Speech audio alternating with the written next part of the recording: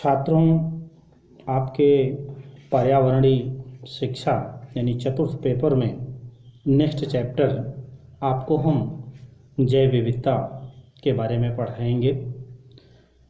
जैसा कि आप सभी लोग जानते हैं कि जैव विविधता दो शब्द जैव और विविधता से मिलकर बना है। दोनों शब्दों को एक शब्द बनाने का कार्य वाल्टर जी रासेन द्वारा किया गया है। पौधों, जंतुओं और सूक्ष्म जीवों की विविधता और भिन्नता ही जैव विविधता कहलाती है। दूसरे शब्दों में इसे हम आप कह सकते हैं जैव विविधता जातियों की विलुप्तता पादपों, जंतुओं व सूक्ष्म जीवों से है, जो एक अन्योन्य क्रियातंत्र की तरह एक निश्चित आवास में उत्पन्न होते हैं। जैव विविधता को मुख्यतः 3 स्तर से हम आप देख सकते हैं।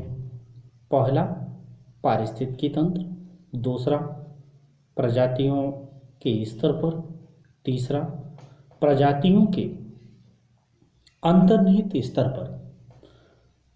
नंबर 1 यानी पारिस्थितिकी तंत्र किसे कहते हैं? जैसे पहाड़ी पारिस्थितिकी तंत्र, मैदानी पारिस्थितिकी तंत्र, रेगिस्तानी पारिस्थितिकी तंत्र, तटीय पारिस्थितिकी तंत्र इत्यादि आते हैं। दूसरा प्रजातियों के स्तर पर, इसमें भिन्न भिन्न प्रकार के प्राणी तथा वनस्पतियां पाए जाते हैं। तीसरा आता है प्रजातियों में अंतर्निहित स्तर क्या होता है? प्रजातियों के अंदर ही विभिन्न प्रकार की विभिन्नताएं एवं विविधताएं पाई जाती हैं, जैसे प्राणी, वनस्पति, पौधे, बैक्टीरिया एवं समस्त प्रजातियां तथा सभी पारिस्थितिकी तंत्र सम्मिलित होते हैं। जैसे हम आप इनकी कुछ विशेषताओं पर अध्ययन करते हैं, क्योंकि जैव विविधता की कुछ विशेषताएं हैं। जैसे पहली विशेषता यह है कि जैव विविधता प्राकृतिक विविधता का एक व्यापक शब्द है। इसके अंदर अनेक पारिस्थितिकी तंत्र या पारितंत्र सम्मिलित होते हैं। इसमें जैव विविधता एवं अनेक वातावरण का हमें बोध होता है। इसका आरंभ पृथ्वी पर प्रथम जीव के आगमन के बाद हुआ। इसमें जीवों की शारीरिक संरचना, आकृतियों एवं आनुवंशिक पक्षों को महत्व प्रदान किया जाता है।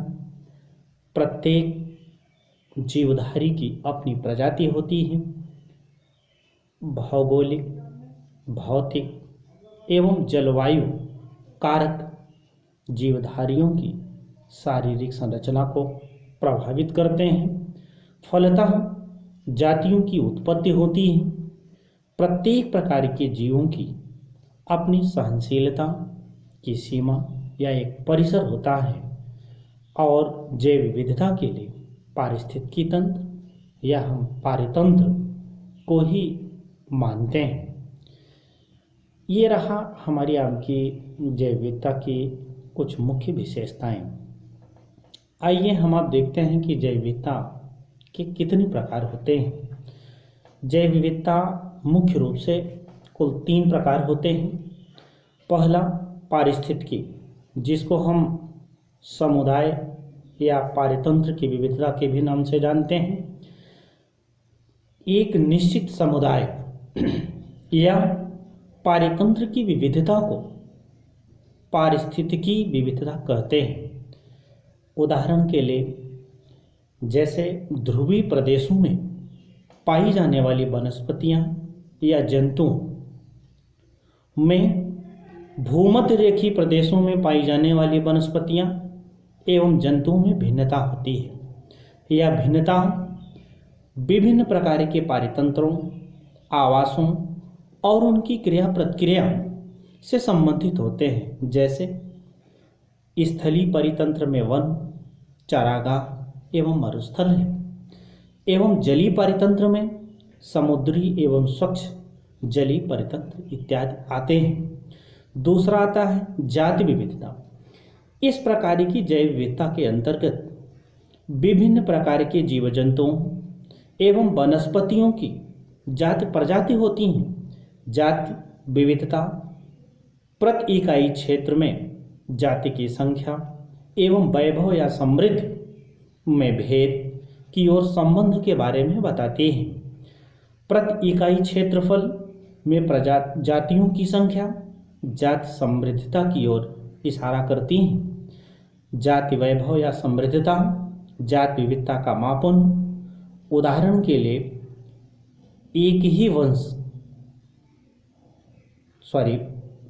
के लिए बड़ी बिल्लियों की जातियों में चीता, मोर एवं तेंदुओं इत्यादि एक ही वंश यानी पैंथोरा से संबंधित हैं, परंतु ये सभी बड़ी बिल्लियां जाति स्तर पर अंतर या भेद को स्पष्ट करती हैं। तीसरा आती है आनुवंशिक विविधता। एक ही जाति में उपस्थित भिन्न आनुवंशिक विविधता को जन्म देते हैं। जाति की आनुवंशिक विविधता जैव विकास के लिए आवश्यक होती है। आनुवंशिक विविधता नई वातावरणीय परिस्थितियों के लिए अनुकूलन में सहायक होती है। जब जाति की दो समाविष्टों के मध्य आनुवंशिक विविधता इत्यादि विविध हो जाती है तो उनमें संस्करण संभव नहीं हो पाता, तो नई जाति की उत्पत्ति हो जाती है। यदि पर्यावरणीय कारक भिन्न होते हैं तो जाति में आनुवंशिक विविधता की मात्रा अधिक होती है। आनुवंशिक विविधता दो भौगोलिक रूप से पृथक समाविष्टों के बीच एक ही समाविष्ट के विभिन्न एकलों के बीच प्रकट हो सकती है। अर्थात एक ही प्रजाति के जीव जंतु पौधों जो विभिन्न प्राकृतिक समुदायों या एक ही प्राकृतिक समुदाय में रहते हों में परस्पर भिन्नता पाई जाती है। उदाहरण के लिए गेहूं की विभिन्न प्रजातियों के गुण अलग अलग होते हैं, लेकिन उनको कहते क्या हैं? हम गेहूं ही कहते हैं, चाहे उन्हें एक ही पर्यावरण या अलग अलग पर्यावरण में उगाया जा रहा हो। प्रजातियों में गुणों का परिवर्तन समान गुण सूत्र होने के बावजूद भी अलग अलग प्रकार के जीन के कारण होता है। ये रहा हमारा आपका जैव विविधता के प्रकार। इसमें जैव विविधता का जो कार्य है, जैसे भोजन, पानी, औषधियाँ, उद्योगों के लिए कच्चा माल, पशुओं के लिए चारा, ईंधन, रेशा, आश्रय इत्यादि की पूर्ति जैविक विविधता की ही देन है। पानी की स्वच्छता, मिट्टी की पुनः संरचना एवं उसके उपजाऊपन का नियंत्रण एवं रखरखाव, जलीय क्षेत्रों की सुरक्षा, अधिक ताप पर नियंत्रण, वायुमंडल का रखरखाव इत्यादि। अर्थात जैव विविधता में पृथ्वी के पारेतंत्रों, स्थलीय, जलीय एवं वायुमंडलीय के अंदर के समस्त सजीव और निर्जीव वस्तुओं के पारस्परिक व्यवहार की बात होती है। इसी विविधता के चलते हम जीवन यापन की तमाम सुविधाएं एवं वस्तुओं को प्राप्त करते हैं। जैव विविधता में अनेक प्रकार की सांस्कृतिक विभिन्नता को भी जन्म दिया है। इसी की वजह से ही हम अपनी आवश्यकताओं की पूर्ति के लिए सक्षम हैं और अपनी पुरानी पीढ़ियों के लिए बहुत कुछ छोड़ जाते हैं।